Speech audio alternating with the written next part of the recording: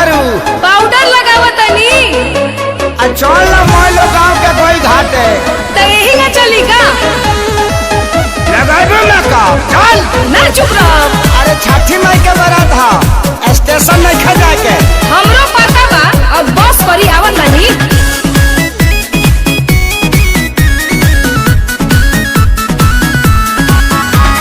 पूजा के सारा सामान दौरा में देनी सही हाथ। तो देखते बानी तू मिनट रुकी राजा अब तानी होके तैयार।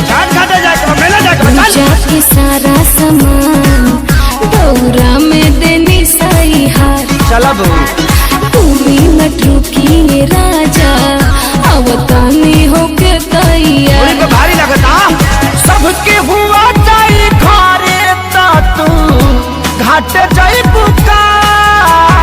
सबके हुआ जाई घरे ता तू घाट जाई बुका।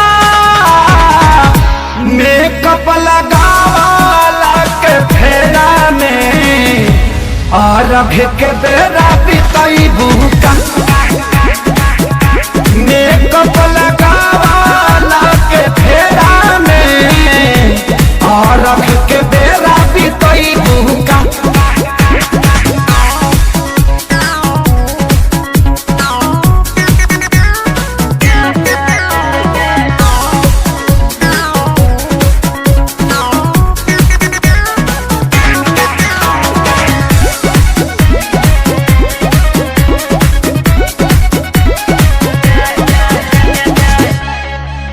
फुल नाइट में चेहरा के लाइट भइल बाटे नु जंगला से दी।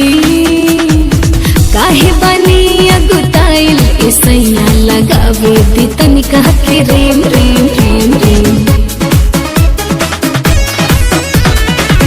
भूखल बारू छठ के बरतिया हे धनी बदल तू बापन यदतिया हे धनी। सब कुछ जाना तानी हम हमरा के सिखैबू का। सब कुछ जाना तानी हम हमरा के सिखैबू का। मेकअप लगावाला के फेरा में और के बेरा बितई भूका। मेकअप लगावाला के फेरा में और के बेरा बितई भूका।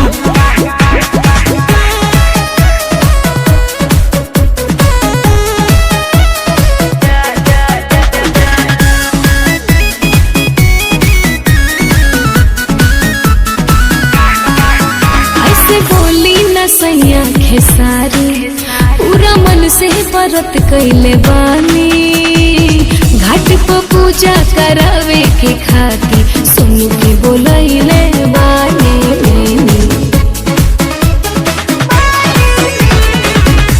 कहला पसाचिया चला गोता तहरा हो निकल पीरियंका तू जल्दी से बहरा हो।